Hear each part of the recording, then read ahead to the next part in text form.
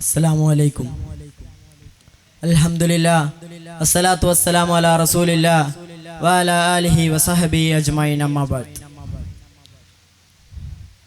ഏറ്റവും ബഹുമാനം നിറഞ്ഞ ഉസ്താദ്മാർ, സ്നേഹനിധികളായ മുത്തഅല്ലിം സുഹൃത്തുക്കളെ, സീക്കിംഗ് ഹ്യൂമാനിറ്റി എന്ന പ്രമേയത്തിൽ പുരോഗമിച്ചു കൊണ്ടിരിക്കുന്ന ദാഫയുടെ മനോഹരമായ നിമിഷങ്ങളിൽ എനിക്ക് നിങ്ങളുമായി സംവാദിക്കാൻ ലഭിച്ചത് ഫാഷിസ്റ്റ് കാലത്ത് വായിക്കേണ്ട ഇന്ത്യൻ ചരിത്രം എന്ന പ്രസക്തമായ വിഷയമാണ്.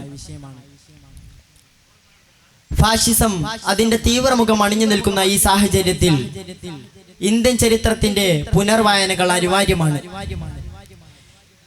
ഇന്ത്യയുടെ മഹത്തായ പാരമ്പര്യ ചരിത്രത്തിൽ ത്യാഗത്തിന്റെയും സ്വദേശി സ്നേഹത്തിന്റെയും ഒരുപാട് പോരാട്ട കഥകൾ നമുക്ക് പറയാനുണ്ട്. എന്താണ് ഫാഷിസം? ലളിതമായി പറഞ്ഞാൽ അമിതാധികാര പ്രയോഗമാണ് ഫാഷിസം എന്ന് പറയുന്നത്. ഒരു പ്രത്യേക സമൂഹത്തിന്റെയോ വിഭാഗത്തിന്റെയോ മേലുള്ള അമിതാധികാര പ്രയോഗമാണ് ഫാഷിസം. ഇന്ന് ലോകത്തുണ്ടായ എല്ലാ ഫാഷിസ്റ്റ് ശക്തികളുടെയും പൊതു സ്വഭാവം എന്ന് പറയുന്നത് അവർക്ക് നേരിടാൻ ശത്രുക്കളെ ആവശ്യമുണ്ട് എന്നതാണ്. അതിനുവേണ്ടി അവർ ഒരു വിഭാഗത്തെ, ഒരു പ്രത്യേക ഈ വിഭാഗത്തെ മാറ്റി നിർത്തുകയും അന്യവൽക്കരിക്കുകയും അപരവൽക്കരിക്കുകയും ചെയ്തുകൊണ്ടിരിക്കുന്നു. അവരെ നിരന്തരം വേട്ടയാടുകയും ചെയ്യുന്നു. അത് ഹിറ്റ്ലറുടെ കാലത്ത് ജർമ്മനിയിലും മുസോളിനിയുടെ കാലത്ത് ഇറ്റലിയിലും നാം കണ്ടതാണ്. അതാണ് ഇന്ന് ഇന്ത്യയിലും നടന്നുകൊണ്ടിരിക്കുന്നത്. ഹിന്ദുത്വ ഭരണകക്ഷികളായ ഹിന്ദുത്വവാദികൾ ഇന്ത്യൻ ചരിത്രത്തിൽ മുഖ്യ പങ്ക് വഹിച്ച മുസ്ലിം രാജാക്കന്മാരെ ചരിത്രത്തിൽ നിന്ന് ഇല്ലാതാക്കാനുള്ള കഠിന പരിശ്രമത്തിലാണ്. ഈ സാഹചര്യത്തിലാണ് നമ്മൾ ഇന്ത്യൻ ചരിത്രം വായന പ്രസക്തമാക്കേണ്ടത്. ഇന്ന് ഇന്ത്യൻ ചരിത്രം മറിച്ചെഴുത്തിന്റെയും പൊളിച്ചെഴുത്തിന്റെയും അധീനതയിലാണ്. സിലബസിൽ നിന്ന് യഥാർത്ഥ ചരിത്രം മാറ്റി നിർത്തപ്പെടുന്നു എന്നുള്ളതും യാഥാർത്ഥ്യമാണ്. 1193 വർഷം മുതൽ 1857 വരെ 7 നൂറ്റാണ്ട് കാലം ഇന്ത്യ ഭരിച്ച മുസ്ലിം രാജാക്കന്മാരെ ഏകാധിപതികളായും മോശക്കാരായും ചിത്രീകരിക്കുന്നു.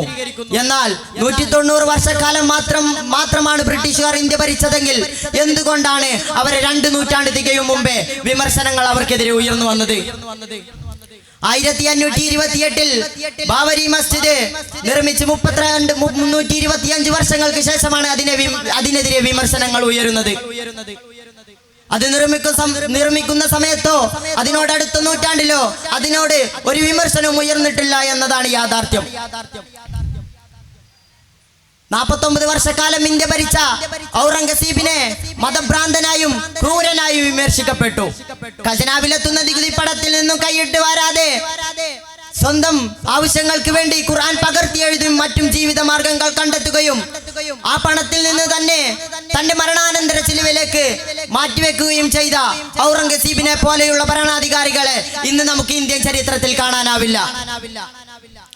ഇന്നിന്റെ രാഷ്ട്രീയ സാഹചര്യം എടുത്തു നോക്കുമ്പോൾ ഇന്ത്യൻ ഖജനാവിലെത്തുന്ന പണത്തിൽ നിന്ന് വിദേശ യാത്രകൾക്കും ആഡംബര ജീവിതങ്ങൾക്കും വേണ്ടി പണം ചെലവഴിക്കുന്ന ഭരണാധികാരികൾക്ക് തീർത്തും ഔറംഗസീബ് ഒരു മാതൃകയാണ്. മുഗൾ രാജാക്കന്മാരെ ഇത്രയേറെ വിമർശിക്കപ്പെടാനുള്ള കാരണം എന്താണ്? കാരണം അവർ മുസ്ലിങ്ങളായി അല്ലെങ്കിൽ അവർ മുസ്ലിം നാമധാരികളായി എന്നതുകൊണ്ട് മാത്രമാണ്. ആ ഒരു സംസ്കാരത്തിന്റെ അടയാളപ്പെടുത്തലുകളായി ഇന്ത്യയിൽ നിന്ന് നിലനിൽക്കുന്ന ചാർമീനാറും കുത്തബ് താജ്മഹലും തുടങ്ങിയ വലിയ വലിയ പൈതൃകങ്ങൾ ഇന്നും ഇന്ത്യയിൽ നിലനിൽക്കുന്നുണ്ട്. ബംഗാളിലെ മുർഷിദാബാദ് നഗരം കണ്ട് ലണ്ടൻ ഒന്നുമല്ല എന്ന് പറഞ്ഞ റോബർട്ട് ക്ലേവ് എന്ന ബ്രിട്ടീഷ് വൈസ്രോയി അത്രയ്ക്കും സമ്പന്നമായിരുന്നു മുഗൾ കാലത്തെ ഇന്ത്യ. ഇന്ത്യൻ സ്വാതന്ത്ര്യ സമരത്തിലെ ചരിത്രത്തിലേക്ക് വരുമ്പോഴാണെങ്കിൽ ഒരുപാട് മുസ്ലിം ധീരസേനാനികളാണ് ഇന്ത്യക്ക് വേണ്ടി പോരാടിയത്. വാര്യംകുന്നത്ത് കുഞ്ഞഹമ്മദ് ഹാജി തുടങ്ങിയ ഉമർ ഖാദിയും ടിപ്പു സുൽത്താനും അങ്ങനെ തുടങ്ങിയ ആയിരക്കണക്കിന് മുസ്ലിം ധീരസേനാനികളാണ് ഇന്ത്യക്ക് വേണ്ടി പോരാടിയത്. ഫാഷിസ്റ്റ് കാലത്ത് മുസ്ലിങ്ങളെ വേർതിരിച്ച് കാണുന്ന ഈ സമൂഹത്തിൽ ഇന്ത്യൻ ചരിത്രം വായിക്കുന്ന ഒരുപാട് തലമുറകളെ നമുക്ക് ആവശ്യമുണ്ട്. ഫാഷിസത്തിന് മറുപടി ഫാഷിസമല്ല, ജനാധിപത്യമാണ്. ജനാധിപത്യം നിത്യം സംസാരിച്ചു കൊണ്ടിരിക്കുക എന്നത് മാത്രമാണ്. ജനാധിപത്യത്തിലൂന്നിയ ചരിത്ര വായനകൾക്ക് നമുക്ക് സാധ്യമാകട്ടെ എന്ന് പറഞ്ഞുകൊണ്ട് ഞാൻ എൻ്റെ വാക്കുകൾ ഉപസംഹരിക്കുന്നു. വാഹിർ ദഅവാന അൽഹംദുലില്ലാഹി റബ്ബിൽ ആലമീൻ. അസ്സലാമു അലൈക്കും.